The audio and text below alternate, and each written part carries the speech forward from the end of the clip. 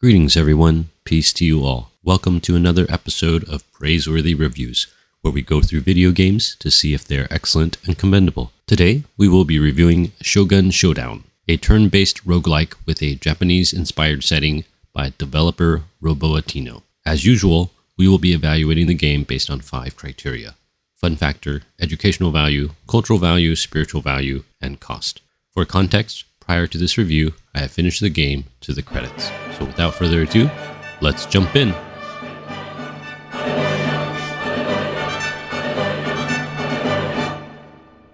The gameplay of Shogun Showdown consists of 3 main aspects: the core turn-based combat, deck building, and the overall roguelike progression. Showdown uses a simple turn-based combat in 2D. The combat board is pretty straightforward. There are a number of spaces on the board. Most actions take 1 turn, like changing directions, moving 1 spot, queuing a tile, or attacking. Attacking uses up to 3 queued tiles in sequential order. Removing tiles or changing the order of the tiles does not require a turn. Consumables also don't require a turn. Each turn, the enemies show their next move, and the player can choose an action, which will take place before the enemies go. In this way, the action feels very logical and fair. After you get experience at the gameplay can even feel somewhat rhythmic. The goal is simply to eliminate each successive wave of enemies for a given level, with some levels having bosses. Like any roguelike, there are still random elements, but they don't generally feel unfair, at least until you get to the hardest difficulties. As the player progresses, they may have opportunities to gain new tiles in the deck building aspect of gameplay. Tiles generally consist of different types of samurai and ninja themed melee attacks, ranged attacks, and special movements. Tiles that can hit more than 1 spot are generally more powerful, as are ranged tiles, and tiles that can hit beyond the adjacent spot. Movement tiles are extremely important for defensive moves, especially in higher difficulties. I kind of wish that you could sometimes purchase tiles at shops. There are usually other ways you want to spend your gold, but occasionally the RNG is not in your favor and you desperately need more tiles. During a run, skills can be purchased at different shops. There are a wide variety of skill types: warring, movement, combo, and guarding. At higher difficulties, skills become highly important for survival. Consumables don't stick around too long on a given run, but knowing what they do is still important. The final aspect of gameplay is similar to that of many roguelikes: the overall meta progression. Between runs, this progression advances primarily through accumulating skulls earned by defeating bosses. Harder bosses drop more skulls, which can then be used to purchase access to more slots in shops in every run, access to new tiles, or access to new skills. While simple, these 3 aspects of gameplay work well together to create a lot of tactical depth and make me want to play just one more run whenever I die. Overall, I'm going to give the game 5 stars for fun factor. The educational value of Showdown comes from 2 main aspects of gameplay: the puzzle-like nature of the combat and the strategic aspect of the roguelike. The combat feels very much like a puzzle, and a lot of the depth of the combat comes from positioning. Knowing when your enemies will likely attack you, when you will be blocked in, and knowing which direction you should be facing are some of the critical skills to learn. Predicting enemy actions, especially by moving into their attack range, is often important so that you don't get boxed in and cannot move away from the attacks. Knowing when to wait and pass a turn can be critical and affect positioning. Tile queue management, throwing tiles in the queue just in case, and removing them or reordering them as needed later, is also very critical at higher difficulties. Knowing when to queue up defensive moves, even if you're not going to use them, can mean the difference between avoiding damage and dying. There is a lot of strategy in the shopping aspects of the gameplay as well. Depending on the character you have chosen and the starting tiles you have selected, as well as the upgrades you have received as you go, knowing which shops you're going towards can be very key. In addition, gold is not that plentiful in the game. Unless you sacrifice tiles in a shop, you may often have to forego purchases in order to have gold for the more important purchases later. Knowing which tiles to upgrade, as well as which upgrades to take, can also be very strategic. While upgrades are generally good, I have often skipped upgrades if I felt that the side effect was not worth the benefit. The game is deceptively difficult.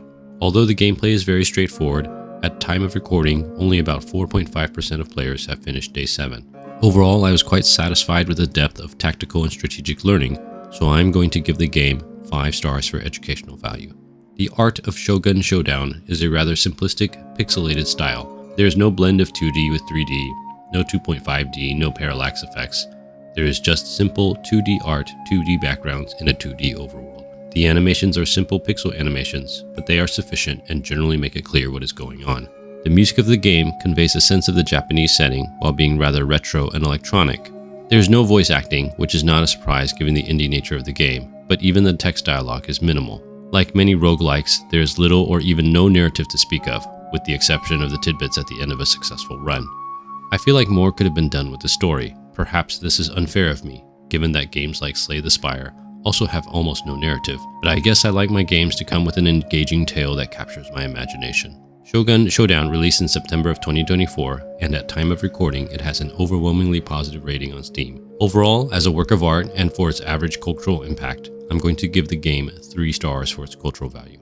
There is not a lot of negative content in the game, with the obvious exception of the fantasy violence. Some low-resolution pixelated blood is sometimes shown. That said, the extent of the violence is generally in line with the images and trailers, and there's nothing that will be particularly surprising about the negative aspects of the content. There are also some hints and animations of a darker power corrupting the enemies. There is little positive content to speak of as well, since the game is distilled to mainly gameplay. ESRB rates this as being for 10+, which seems about right given the premise and the gameplay.